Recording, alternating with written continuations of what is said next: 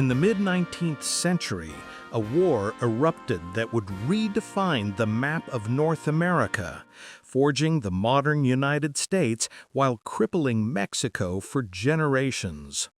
From 1846 to 1848, the Mexican-American War, also known in Mexico as the U.S. Intervention or the War of the North American Invasion, saw the U.S. seize over 500,000 square miles of territory, including what is now California, Nevada, Utah, Arizona, New Mexico, and parts of Colorado, Wyoming, Kansas, and Oklahoma. This conflict, often overshadowed by the U.S. Civil War, was America's first war of aggression, driven by expansionist zeal, economic greed, and racial ideologies. It cost thousands of lives, deepened U.S. divisions over slavery, and left Mexico in political and economic turmoil. But let's rewind. The war didn't start in a vacuum. By 1821, Mexico had won independence from Spain after a brutal decade-long struggle that killed up to 500,000 people and devastated its economy. The new nation stretched from the Oregon Territory in the northwest to Central America in the south, a vast underpopulated empire. Mexico's population hovered around 6.5 million, but its northern provinces, like Alta California and Tejas, Texas, were sparsely settled, home to indigenous tribes like the Comanche, Apache, and Navajo, who raided settlements with impunity. Internal divisions plagued Mexico. Centralists in Mexico City, often conservative elites tied to the Catholic Church, clashed with Federalists who demanded state autonomy. This led to 50 presidential changes between 1821 and 1855, coups and rebellions that drained resources. Meanwhile, the United States was exploding westward. The 1803 Louisiana Purchase doubled its size, fueling migration.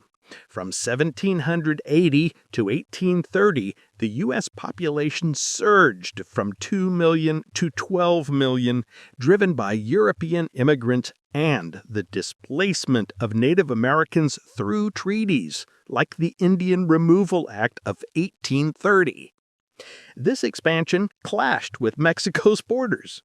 In 1821, Mexico invited American settlers to Texas to populate it and defend it against indigenous raids, granting land on conditions: convert to Catholicism, adopt Mexican citizenship, and abolish slavery, banned in Mexico in 1829. Early settlers like Stephen F. Austin complied, but later waves ignored these rules, bringing enslaved people and refusing integration. By 1830, Anglo-Americans outnumbered Mexicans in Texas 10-1. Controversy brewed here. Historians debate whether this was deliberate U.S. infiltration, a Trojan horse for annexation, or organic migration. My take? It was both. U.S. leaders like Andrew Jackson saw Texas as a buffer against Mexico and a slave state to balance free northern ones. Tensions escalated when General Antonio Lopez de Santa Anna centralized power in 1834, dissolving state legislatures. Texans revolted in 1835, declaring independence in 1836, after battles like the Alamo, where 189 defenders, including Davy Crockett and Jim Bowie, died in a siege by 2,800 Mexicans, and San Jacinto, where Sam Houston's forces captured Santa Anna, forcing a treaty recognizing Texas independence, but Santa Anna renounced it as signed under duress. The Texas border became a flashpoint. Texas claimed the Rio Grande, Mexico insisted on the Nueces, making a 150-mile disputed zone.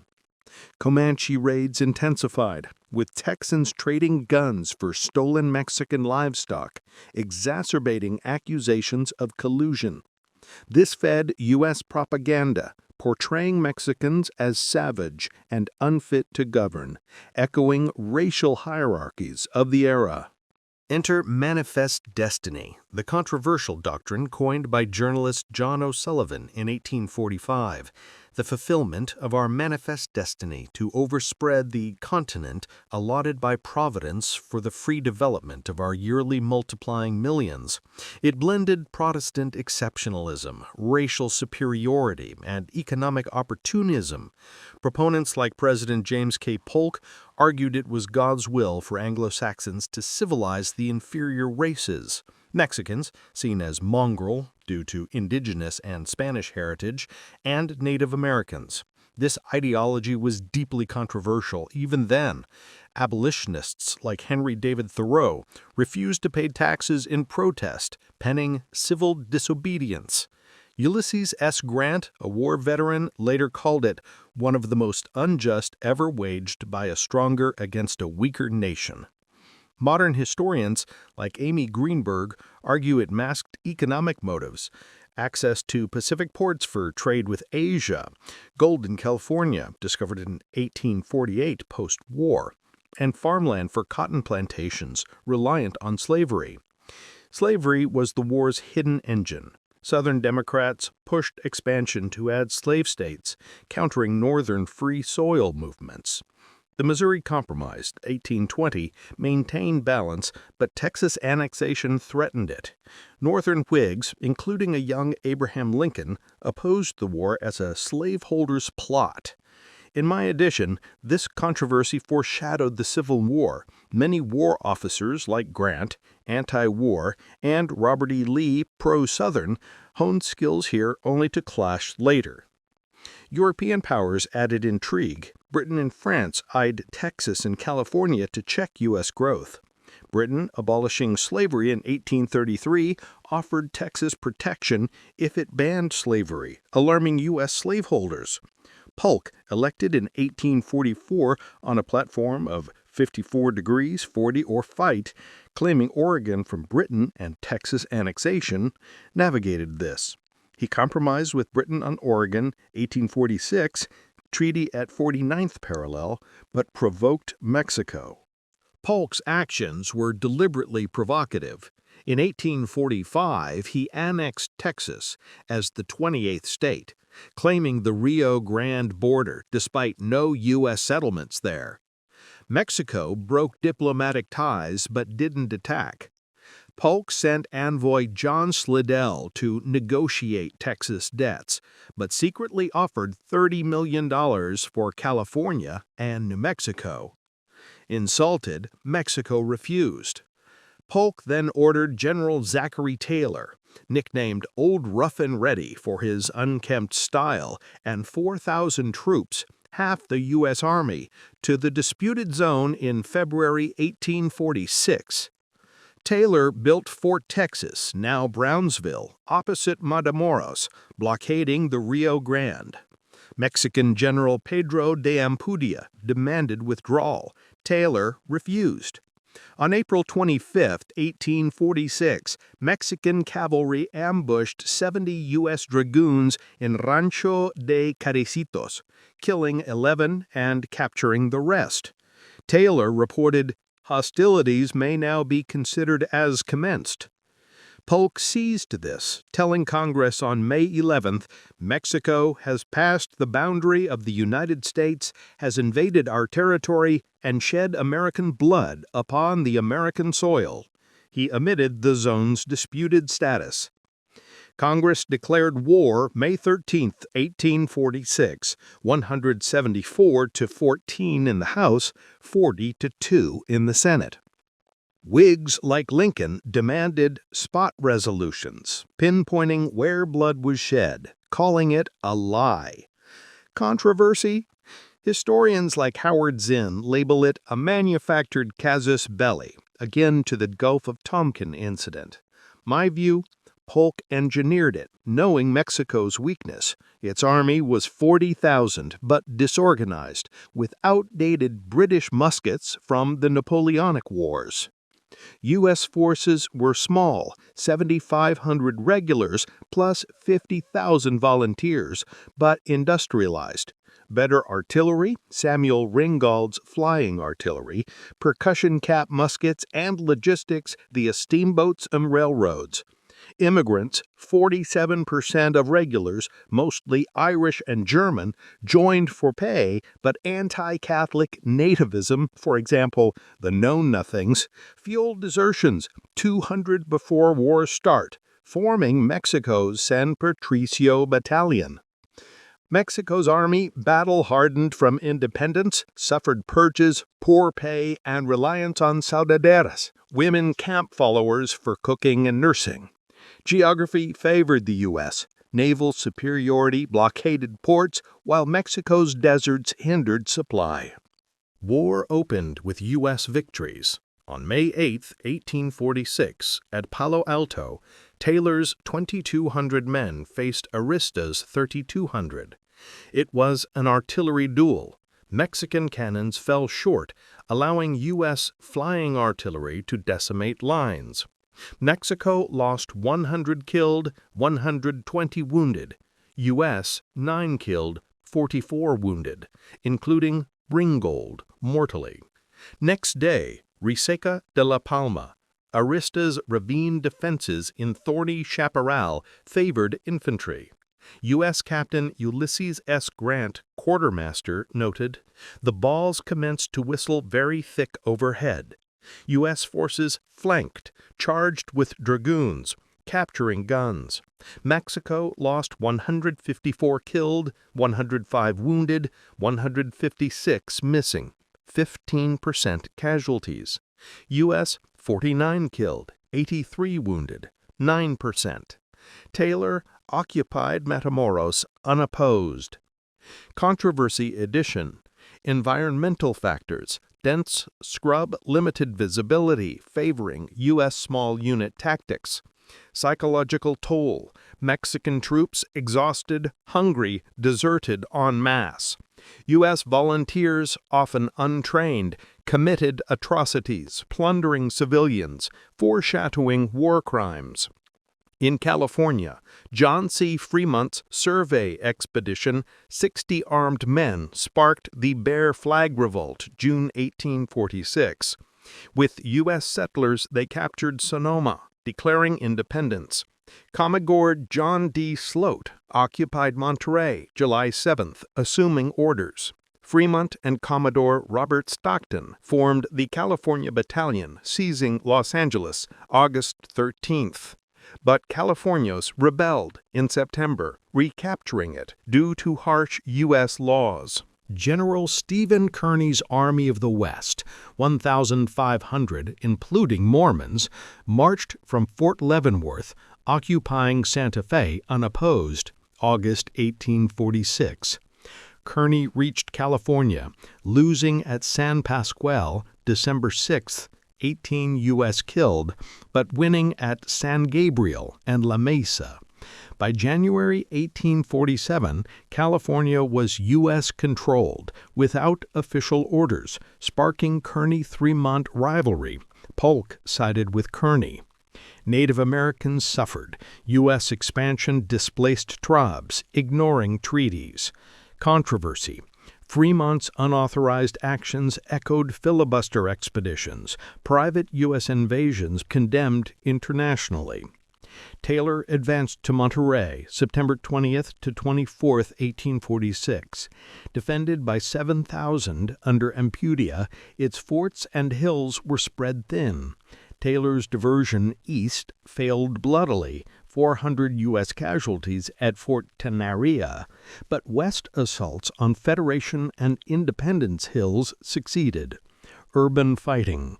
Quote, "Doors were forced open, walls battered down, followed by shrieks of women." End quote. Ampudia surrendered. Taylor allowed withdrawal with arms. Polk called it lenient. Casualties: 500 U.S., 360 Mexican. Post-battle, Texas Rangers looted, raped, killed civilians. War crimes Taylor condemned, but couldn't fully stop. Guerrillas retaliated, priests urging resistance against heretic invaders. Mexico's instability worsened. Presidents Paredes and Salas fell. Santa Anna returned August 1846, breaking U.S. promises for peace. He raised 25,000, but lost 4,000 marching north through deserts. Taylor down to 4,500.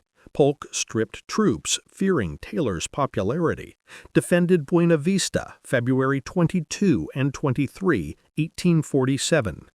Santa Anna's 21,000 attacked. U.S. artillery repelled charges.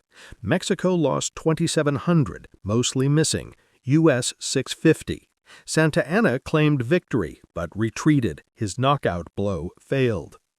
Polk shifted to Winfield Scott, Old Fuss and Feathers, landing 12,000 at Veracruz, March 9, 1847. Largest amphibious assault pre-D-Day. Bombardment killed civilians. City surrendered March 29. Scott moved inland, avoiding yellow fever. At Cerro Gordo, April 18, Scott's 8,500 flanked Santa Anna's 12,000 via Robert E. Lee's engineering. U.S. attacked from hills, routing Mexicans, heavy losses, including camp followers. Controversy. U.S. killed non-combatants. Grant called it murder. Guerrillas harassed supplies. Disease killed more than battles. 13% U.S. mortality, highest ever, mostly dysentery and typhus. Scott cut lines at Puebla, living off land. Wellington called him lost, but Scott waited 10 weeks for reinforcements. Santa Anna raised 30,000 at El Peñón, but Scott flanked south. At Padierno, August 19th to 20th, General Gabriel Valencia ignored orders, holding hills. U.S. engineers widened paths. Surprise attack scattered Mexicans, 700 killed, 1,200 wounded, 850 captured, U.S. 300. Churubusco, August 20th, fortified monastery. Mexicans repelled assaults. Yankees died like ants. San Patricio Battalion, Irish Catholics, defected due to U.S. anti-Irish bigotry, fought fiercely. Ammo fouled. U.S. breached walls. Losses, U.S. 1,000, 12%. Mexican 1,000 killed or wounded, 2,000 captured. Truce collapsed. Scott advanced. Molino del Rey, September 8th. Mistaken cannon factory. Close-range fire decimated U.S., 800 casualties, Mexican 2,000. Chapultepec, September 12th to 13th, 800 defenders, including 50 cadets, niños héroes. Bombardment, scaling ladders, hand-to-hand. Legend, Juan Escutia jumped wrapped in flag. U.S. Puc Castle, then Belen and San Cosme Gates, 850 U.S. casualties, 3,000 Mexican. September 14th, U.S. entered Mexico City. Residents resisted. Priests exhorted uprisings. Wealthy Mexicans collaborated, fearing property damage. Fighting died by September 15th. San Patricio executions, 50 hanged as traitors, branded. Anti-Catholicism. U.S. troops desecrated churches, fueling propaganda. My view, this highlighted immigrant mistreatment. Many deserted due to goddamn Dutch slurs. Santa Anna attacked Puebla but failed. Guerrillas continued, but organized resistance ended. U.S. occupied Mexico City. Scott imposed martial law, respecting churches to counter propaganda. Treaty of Guadalupe Hidalgo, February 2, 1848. Mexico ceded 1.3 million square kilometers for $15 million. Debt forgiveness. Rio Grande border confirmed. U.S. promised to stop Comanche raids. Failed. All Mexico movement, Buchanan and Dallas pushed total annexation, but racism, absorbing Mexicans seen as diluting Anglo-purity, and anti-slavery fears stopped it. U.S. mobilized 100,000. 13,768 died, mostly disease. Mexico, around 5,000 battle deaths, unknown disease or civilian. War cost U.S. $100 million, but California Gold Rush 1849 recouped it. Racial dimensions. Manifest destiny justified as civilizing lazy Mexicans. Polk's diaries reveal racial bias. Atrocities. U.S. volunteers are raped, murdered in occupied zones. Taylor reported massacres like wagon train killings. New territory sparked Wilmot Proviso, banned slavery there, leading to 1850 Compromise, fugitive slave law, California free. This eroded Union. Civil War generals Grant, Lee, Sherman trained here. Native impacts. War ignored tribes. Gadsden Purchase, 1853, $10 million for southern Arizona and New Mexico enabled transcontinental railroad, but displaced Apache and Gila River peoples. Mexican view. La mutilation, half territory lost, economy ruined, leading to Reform War, 1857 to 1861, French intervention, 1862 to 1867, Maximilian's execution. Modern debates. U.S. historians like Brian DeLay emphasize economic inequality, Mexico's as resistance narrative.